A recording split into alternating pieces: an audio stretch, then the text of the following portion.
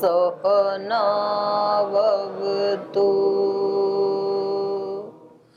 सहनौ भुनक्तु सह वीर्यं करवावहै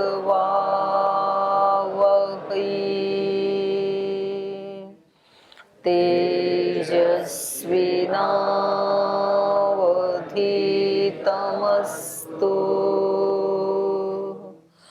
मा विद्विषावहै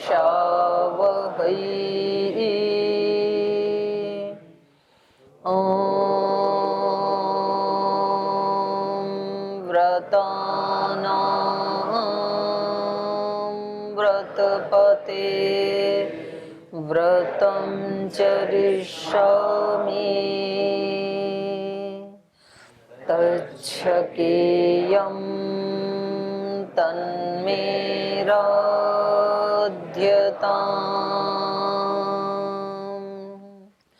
इदमहमनृतात् सत्यमुपैमि ॐ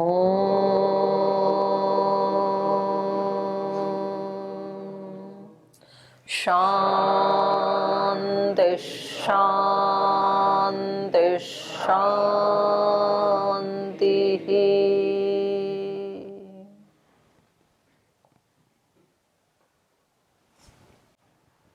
वाल्मीकि रामायण के अयोध्या कांड का 76वां सर्ग हमने कल संपन्न किया।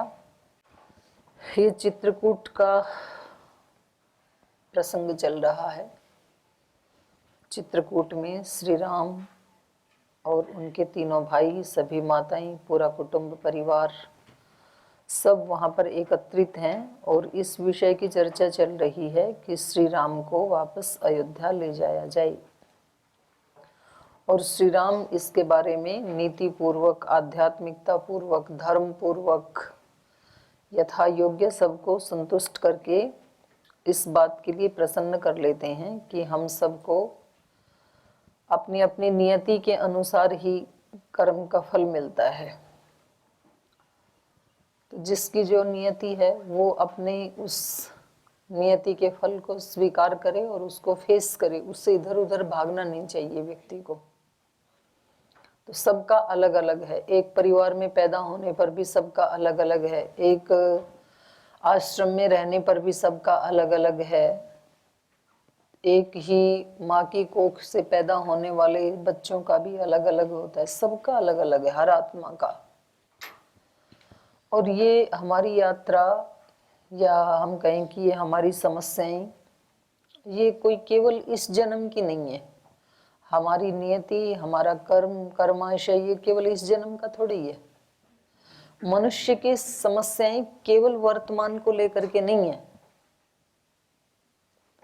मनुष्य की समस्या तब से है जब से कभी ये इस सृष्टि के आदि में किसी भी शरीर से युक्त हुआ था। और या तो जब अगर मुक्त नहीं हुआ तो और अनेक सृष्टियों में भी कब से ये मोक्ष से वापस आया था। हम सब मोक्ष में जा चुके हैं कभी ना कभी, और उससे वापस आकर के कब जुड़ गए थे इस स्थूल अस्तित्व के साथ। तब से लेकर के जो भी हमारी कोई कामनाएं रही जन्म जन्मांतरों में पीछे,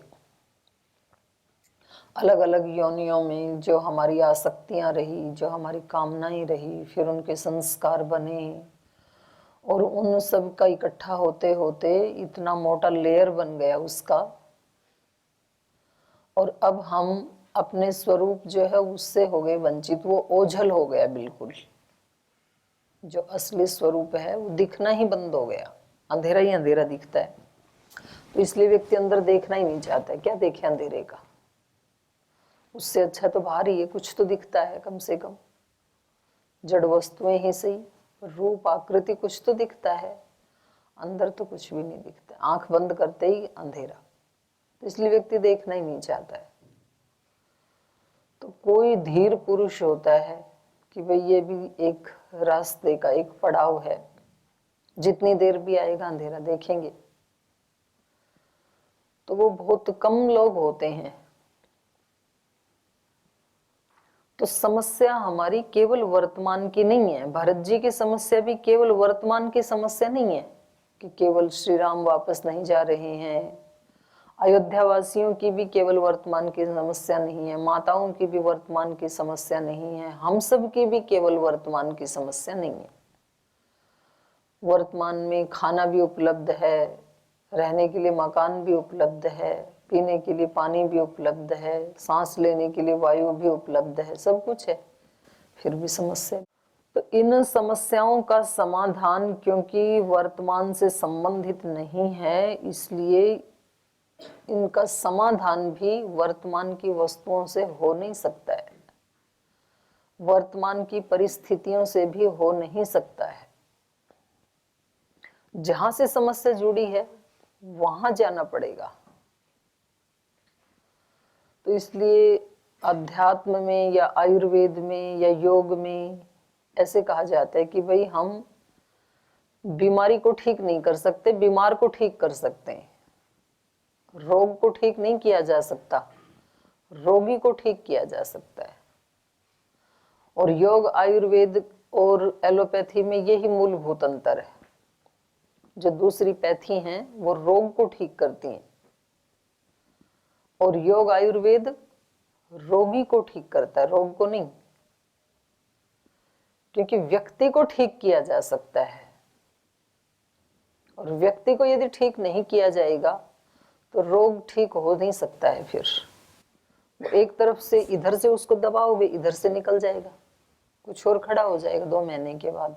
फिर उधर से भी दबाओगे, तीसरी साइड से निकल जाएगा।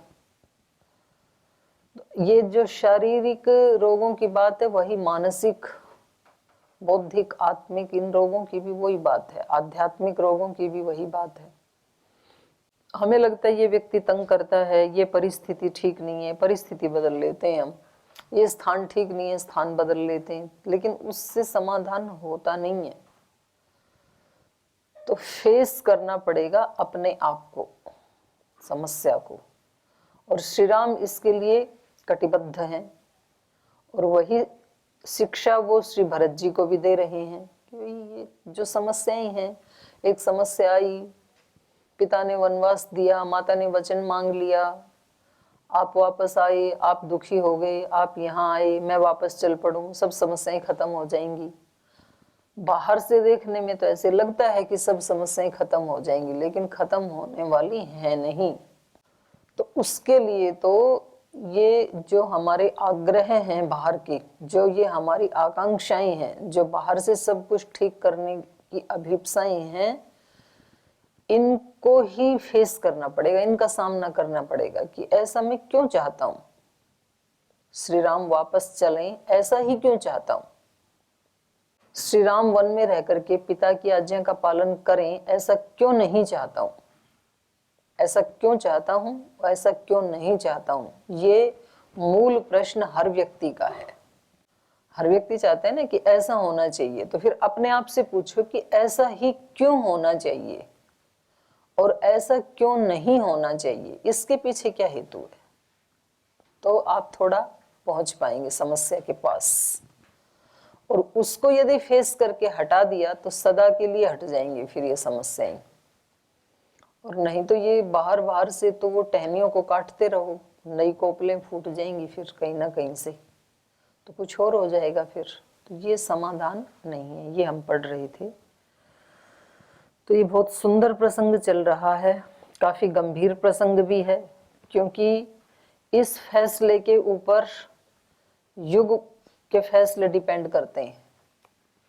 सतयुग शुरू होगा या सतयुग खत्म हो जाएगा, ये इस फैसले के ऊपर डिपेंड करता है।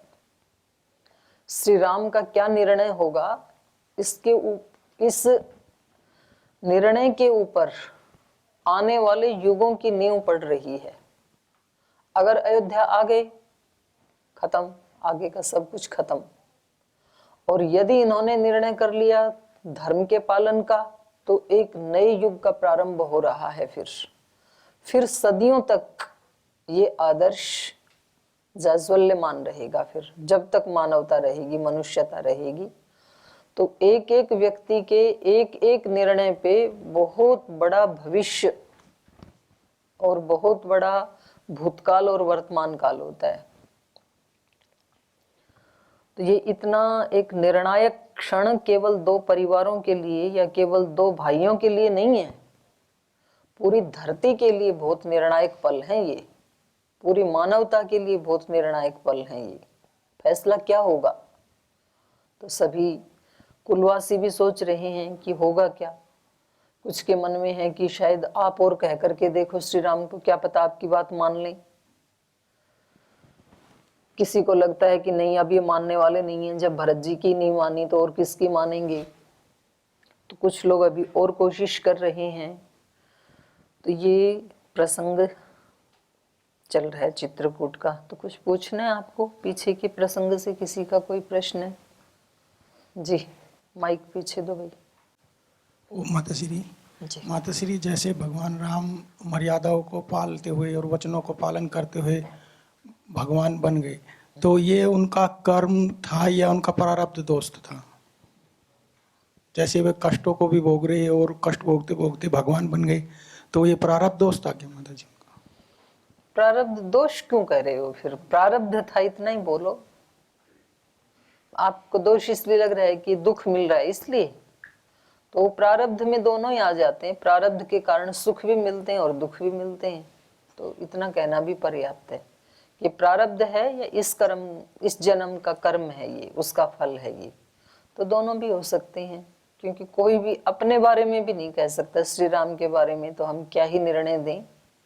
हम अपने बारे में भी नहीं कह सकते हैं कि जो हमें मिल रहा है वो हमारे इसी जन्म के कर्मों का फल है, ये किसी प्रारब्ध का फल है, या ईश्वर का अनुग्रह है।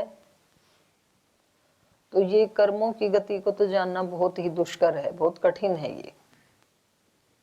जैसे हम सबको पतंजलि योगपीठ में एक इतने बड़े महामानव के सानिध्य में रहने का, उनको सुनने का, उनको देखने का जो अवसर मिल गया, तो ये हमारे इसी जन्म के कर्मों का फल है या प्रारब्ध है? क्या कहना है आपका? ये तो आप सबको ही मिला हुआ है ना। ये तो माता जी कोई पूर्व जन्म का कर्म है, इस जन्म का तो कोई हमने कर्म ऐसा किया नहीं है। तो स्थूल दृष्टि से ऐसे लगता है कि भाई ऐसा तो कुछ किया नहीं, कोई ऐसी योग्यता तो है नहीं हमारे पास। लेकिन पूर्व जन्म का प्रारब्ध तो होता, लेकिन इस जन्म में आपको कुछ ऐसे संस्कार, ऐसी सोसाइटी मिल जाती कि आपका इधर नहीं रुझान होता, तो फिर क्या करते? फिर क्या मिलता ये योगपीठ? इस जन्म का भी सहयोग तो है ही ना। ऐसे माता पिता मिले, ऐसे मित्रगण मिले, ऐसी सोच मिली, ऐसा अपने उस परिवेश में रहते हुए भी यहाँ आ गए, तो कुछ इस जन्म का भी है और कुछ तो प्रारब्ध भी है, ऐसे हमें लगता है। अब और तो ईश्वर जाने, वो जानता है भाई सारे कर्मों को, तो हम तो जानते नहीं आगे पीछे वालों को। पर हमें ये लगता है कि भाई हमने अभिप्सा तो की थी यहाँ आने की, ऐसे जबरदस्ती तो किसी ने लाके यहाँ नहीं टिका दिया हमें कि भाई माता पिता ने आंखों पे पट्टी बांधी, गाड़ी में बिठाया और पतंजलि में आके छोड़ा और बाद में पट्टी खोली, बोले अब ये तुम्हारा रहने का स्थान है। ऐसा तो नहीं किया। तो हम भी आए हैं ना, तो वो भी तो कर्म माना जाएगा। तो ये कर्म फल जो है ना, ये प्रारब्ध है तो भी हमारा किया हुआ है, और यदि इस जन्म का कर्म करें तो भी हमारा किया हुआ है। लेकिन हर हाल में, चाहे वो पीछे किया हो या इस जन्म में किया हो, मिलता वही है जो हमने किया है, हमारे बिना किए नहीं मिलता है। प्रारब्ध कहें तो पिछले जन्म का किया हुआ कर्म है, कर्म कहें तो इस जन्म का किया हुआ क्रिया है। तो बात एक ही है, तो सारा हमारा ही किया हुआ कर्म है। तो दोनों हो सकते हैं, इसमें कोई वो नहीं है। बोल देते हैं ना लोग इसको तो सर्प दोष है, भाग्य दोष है, तो कुछ ऐसा कराओ, शनि राहु केतु की दशा है, दान पुण्य कराओ, वहां पर वो कराओ। तो ये दोष भी किसने बनाया? हमने ही बनाया, हमने बनाया तो हटा कौन सकता है? हम ही हटा सकते हैं। एक व्यक्ति को एक बार बहुत मोटी मोटी उसकी शलाखाओं में उसको बांध दिया और उस व्यक्ति का काम था शलाखा बनाना ही। किसी अपराध में उसको जेल हो गई और उसको बांध दिया मोटी मोटी चेन से। तो वो व्यक्ति उस चेन को देख देख करके रो रहा था। तो किसी व्यक्ति ने कहा, क्यों, अच्छा नहीं लग रहा चेन पहनना?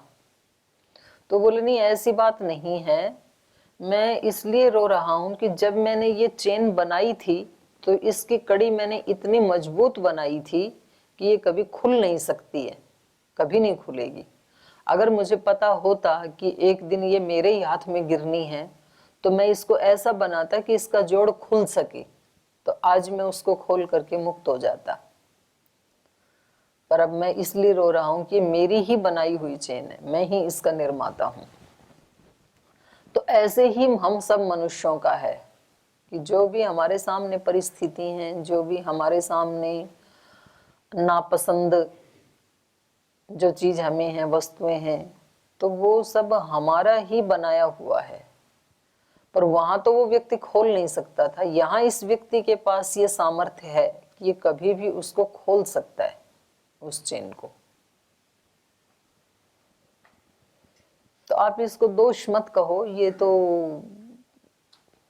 गुण भी हो सकता है प्रारब्ध का। क्योंकि ये जो सत्ताएं हैं ना, जैसे श्री राम है, श्री कृष्ण है, ये कई जन्मों से पीछे से चली हुई यात्राएं हैं, एक जन्म की यात्रा नहीं है ये। एक जन्म में इतना आरोहण आत्मा का हो पाना संभव लगता नहीं है। कई जन्म जन्मांतरों से ये योग यात्रा चल रही है। और देखो, ये जो इन महापुरुषों ने इतने बड़े बड़े कार्य किए, ये हर व्यक्ति कर सकता है। क्योंकि इस जगत में तीन ही सत्ताओं को नित्य माना है सब शास्त्रों ने, प्रकृति, पुरुष, और पुरुष के दो भाग करें तो फिर एक जीवात्मा और परमात्मा, और नहीं तो सांख्य ने तो दो ही तत्व कह दिए, बाकी दर्शनों ने तीन कह दिए, ईश्वर, जीव, प्रकृति। और प्रकृति जो है वो ऐसा नहीं है कि उस समय ईश्वर ने सृष्टि बनाई तब तो प्रकृति की सहायता से उन्होंने नया सृजन कर दिया और अब नया सृजन बंद, ऐसा नहीं है। आज भी वो सृष्टि, तो वो मूल जो प्रकृति है उसकी शक्तियां तो अनंत हैं, उससे कितना भी हम बना सकते हैं। हम मतलब पुरुष, जड़ या चेतन पुरुष। तो जो जीवात्मा की सामर्थ्य के अंदर आता है उतना तो जीवात्मा बना सकता है, और बहुत ज्यादा आता है इसके सामर्थ्य के अंदर। पर ये उतना सोचता ही नहीं है कितना बनाऊं, छोटा छोटा ही सोचता है ये। और अनंत सामर्थ्य फिर ईश्वर की है। तो आज भी मूल प्रकृति से, और ये जो योगी होते हैं तो ये तो उसमें योग दर्शन में भी आया चतुर्थ पाद में, तो ये सीधा प्रकृति से ही शक्ति लेकर के, इनको पंचभूत तक आने की जरूरत नहीं है। तो ये वहां से मूल प्रकृति से, और मूल प्रकृति से फिर महतत्व, बुद्धि तत्व, और बस वहां से ही ये इतनी ज्यादा शक्ति अर्जित कर लेते हैं कि बहुत सारे बड़े बड़े सृजन कर डालते हैं। फिर उस बुद्धि तत्व, महतत्व से ही महत बन जाते हैं। और ऐसा हर आत्मा को भगवान ने वो दिया है अवसर। तो कोई उसको जानता है, जानता वही है जो कई जन्मों से इस काम में लगा हुआ है। एकदम से अचानक से नहीं होता है कुछ भी, और अचानक से होता है तो वो भी कोई ऐसा कर्माशय होता है बहुत छोटा सा, और वो एकदम से ऐसे ब्लास्ट होकर के अपना फल देके फिर तिरोहित हो जाता है। तो कभी कभी ऐसे भी होता है कि बिना कोई साधना किए, बिना कोई कठिन पुरुषार्थ किए, किसी व्यक्ति को कोई एक छोटी सी झलक मिल जाती है किसी सिद्धि की, और फिर वो व्यक्ति कहता है कि वो उस समय जो मेरे को अनुभूति हुई थी, अब वर्षों बीत गए, मैंने खूब प्रयास कर लिया, लेकिन दोबारा वो स्थिति आई नहीं, मेरी बनी नहीं। तो वो प्रारब्ध था, वो अपना फल देकर के चला गया। तो अब आपको फिर दोबारा बनाना पड़ेगा वैसा प्रारब्ध। तो इसमें श्री राम का जो है, इसमें इनके इस जन्म का तो दिखाई दे ही रहा है, उनका धैर्य, उनकी सहनशीलता, क्षमाशीलता, तप, पुरुषार्थ, इस जन्म का तो दिख ही रहा है। लेकिन केवल इस जन्म का हो ऐसे नहीं लग रहा है, क्योंकि इतनी सामर्थ्य भी काफी साधना करने के बाद ही आत्मा के पास आती है। ठीक। एक सवाल और था माता जी। जैसे माता जी हमने आज तक सुना है कि अवतार भगवान श्री राम अवतार थे विष्णु जी के, तो भगवान तो इन्होंने तो कई अवतार लिए, जैसे उससे पहले कृष्ण जी, ये राम जी का लिया, फिर कृष्ण जी का लिया, और उससे पहले भी जो अवतार लिए उसमें भी ये ऐसे ही करते करते आ रहे थे। तो क्या माता जी अवतार गुणों से होता है या भगवान या आत्मा, भगवान ही आत्मा बनकर अवतार लेता है? एक पहली बात तो आपका ये प्रश्न है कि ये ही कृष्ण बने थे, ये ही राम हैं, मतलब परशुराम है। मतलब उसी जन्म में परशुराम जी भी भगवान विष्णु का अवतार थे और राम जी भी आ गए, फिर अगले जन्म में परशुराम जी भी जिंदा थे और कृष्ण जी भी आ गए। क्या अवतार की अनेक आत्माएं होती है, वो अलग अलग रूप धारण कर सकती है अनेक शरीरों में? हाँ, क्यों नहीं, आप भी तो अवतार ही हैं एक। हम सब अवतार हैं, क्योंकि हम सब उस ब्रह्म लोक से ही अवतरित हुए हैं, उस विष्णु की शक्ति को लेकर के ही, और उस विष्णु सहित ही हम अवतरित हुए हैं इस शरीर में, इस धरा के ऊपर। तो हम सब ही अवतार हैं। तो ये बिल्कुल संभव है, क्यों संभव नहीं है। उनको ये है कि उन्होंने अपनी आध्यात्मिक शक्तियों को इतना ज्यादा बढ़ा लिया, तो अभिव्यक्त कर दिया उस विष्णु की शक्तियों को। हमने अभिव्यक्त नहीं किया। विष्णु शक्ति तो हम सब के पास है। विष्णु व्याप्त से विष्णु शब्द बनता है ना। एक ब्रह्म शक्ति, एक भागवत शक्ति, एक दिव्य शक्ति जो सब जगह व्याप्त है, उसी को तो विष्णु कहते हैं ना। तो वो मेरे अंदर भी है, आपके अंदर भी है, खुले आकाश में भी है, जितने भी प्राणी हैं उन सब के अंदर भी है। उसको अभिव्यक्त जिसने कर दिया वो अवतार बन गया। जिसकी अभिव्यक्त नहीं हुई, छिपी हुई या ढकी हुई है, वो सामान्य मनुष्य रह गया।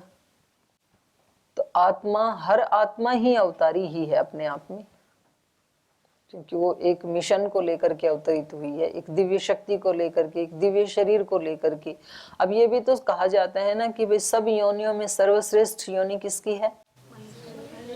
क्यों, क्या अंतर है?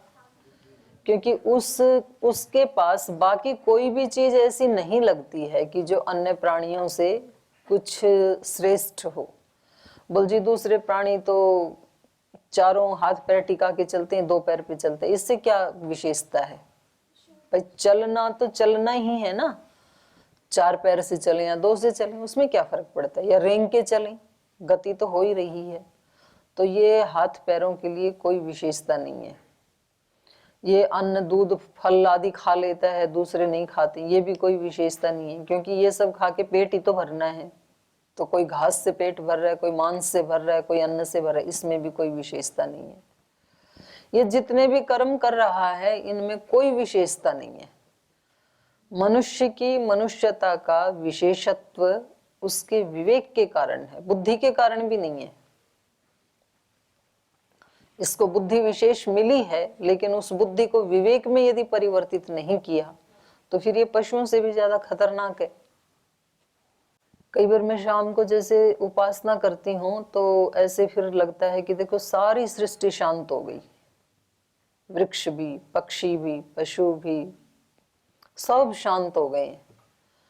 और काश इस मनुष्य को भी अनुभूति होती कि मैं भी एक घंटा शांत हो जाऊं, क्योंकि वो बस चलती रहती हैं, गाड़ी चलती रहती हैं, ट्रक चलता है, ट्रैक्टर चलता है, उसकी आवाज आती है।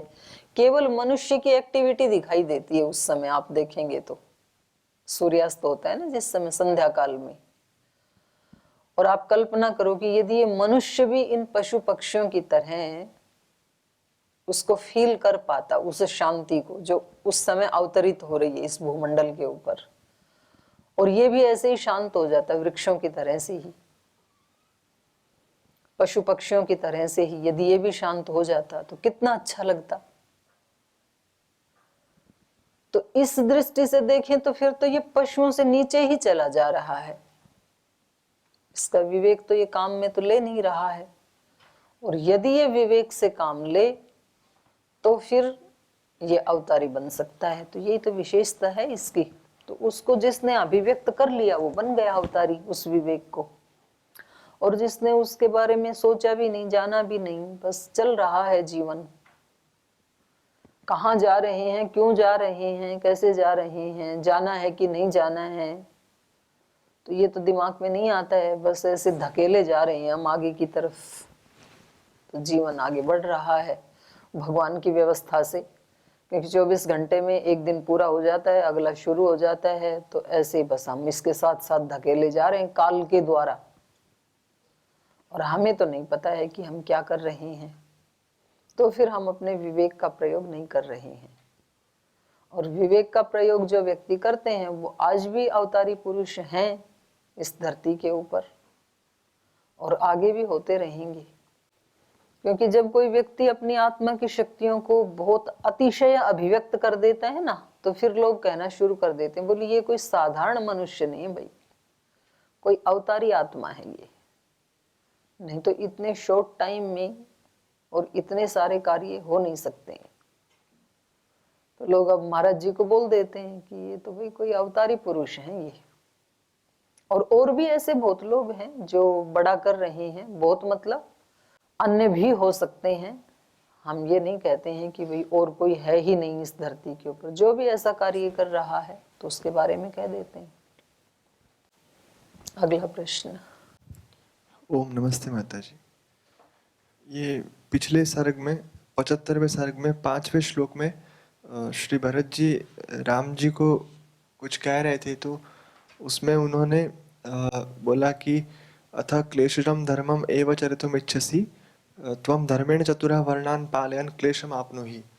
तो उसमें श्री भरत जी राम जी के छोटे भाई हैं, और छोटे भाई होने के नाते उनको आदर से बोलना चाहिए। और यहाँ पर उन्होंने एक तो आदेशात्मक रूप से और दूसरा तुकारा देकर के इस प्रकार से बोले हैं, तो क्या ये सही है? ये नहीं, वो संस्कृत में ना कवि उसको छंद को जोड़ने के लिए, अभी देखो ना आप वहां पर उसी से पहले ही भगवान कह करके भी तो बोला है। देखो आप ये 3रे श्लोक में देखो, ईदृशम व्याहतम कर्म न भवान कर्तुम अर्हति। इस तरह का विपरीत कर्म आप नहीं कर सकते हैं, ऐसे भी तो कह रहे हैं ना। तो यहाँ तो भवान और अर्हति प्रयोग आया है ना, और वहां आप कह रहे हो कि वहां पर आपनु ही ये एक वचन में प्रयोग कर रहे हैं, त्वम का प्रयोग कर रहे हैं, त्वम आपनु ही। तो ये तो ना संस्कृत में छंद टूटे नहीं इसलिए प्रयोग कर देता है लेखक। तो ऐसा नहीं है कि आप केवल इस शब्द को कह के ये कहें कि वो छोटे होते हुए भी उनका सम्मान नहीं कर रहे हैं, और दूसरी तरफ ये आदेश नहीं दे रहे हैं, ये विनय ही कर रहे हैं कि भाई यदि आपको क्लेश से उत्पन्न होने वाले जो स्थिति उसी को आप धर्म मान रहे हो, तो वो तो वहां ज्यादा उत्पन्न होंगे क्लेश, तो कष्ट तो वहां ज्यादा होंगे, तो वहां चल के आप ज्यादा धार्मिक बनेंगे। तो इसलिए आदेश नहीं है ये, मतलब किसी भी तरह से उनको मना करके वो ले जाना ही चाहते हैं जी। माता जी, मेरा प्रश्न प्रतिज्ञा के ऊपर था, जो राम भगवान जी के पिताजी ने भी ली थी, और उसी के कारण जो राम जी के लिए कुछ कष्ट का कारण, कष्ट उनका विवेक था कि उन्होंने कष्ट नहीं लगा, लेकिन कष्ट का कारण बोल सकते हैं। और महाभारत में भी ऐसी हुआ था कि भीष्म जी की प्रतिज्ञा के कारण। तो क्या प्रतिज्ञा का पालन करना, जबकि पता है कि उससे अधर्म हो रहा है, उसका प्रतिज्ञा का पालन करना जरूरी है क्या? अगर हाँ बिल्कुल जरूरी है भाई, चाहे अधर्म हो रहा हो ना। अधर्म और धर्म की तो जो है व्याख्या वो धार्मिक लोग करेंगे, आप और मैं थोड़ी कर सकते।